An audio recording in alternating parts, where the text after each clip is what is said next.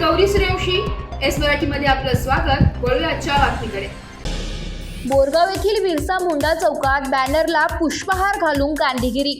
प्राथमिक आरोग्य केंद्रात 108 ॲम्ब्युलन्स नसल्याने अनोखे आंदोलन।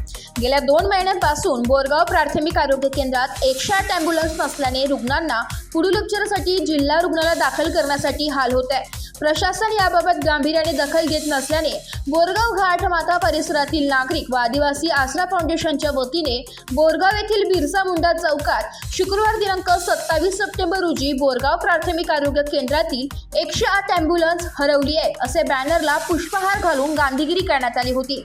प्रशासनाचे लक्ष वेधण्यासाठी अनोख्या पद्धतीने आंदोलन करण्यात आलं होतं।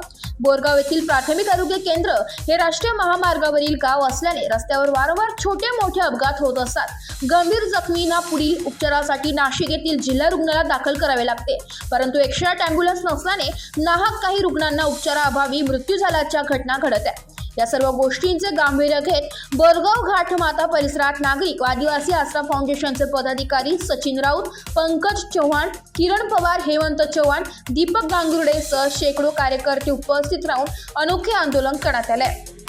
एस मराठी न्यूजसाठी प्रतिनिधी लक्ष्मण बागुल, बोरगाव। अशाच नवीन ताज्या घडामोडी जाणून घेण्यासाठी आमच्या एस मराठी न्यूज चॅनेलला लाईक करा, शेअर करा, सबस्क्राईब करा आणि बेल आयकॉनला क्लिक करायला विसरू नका।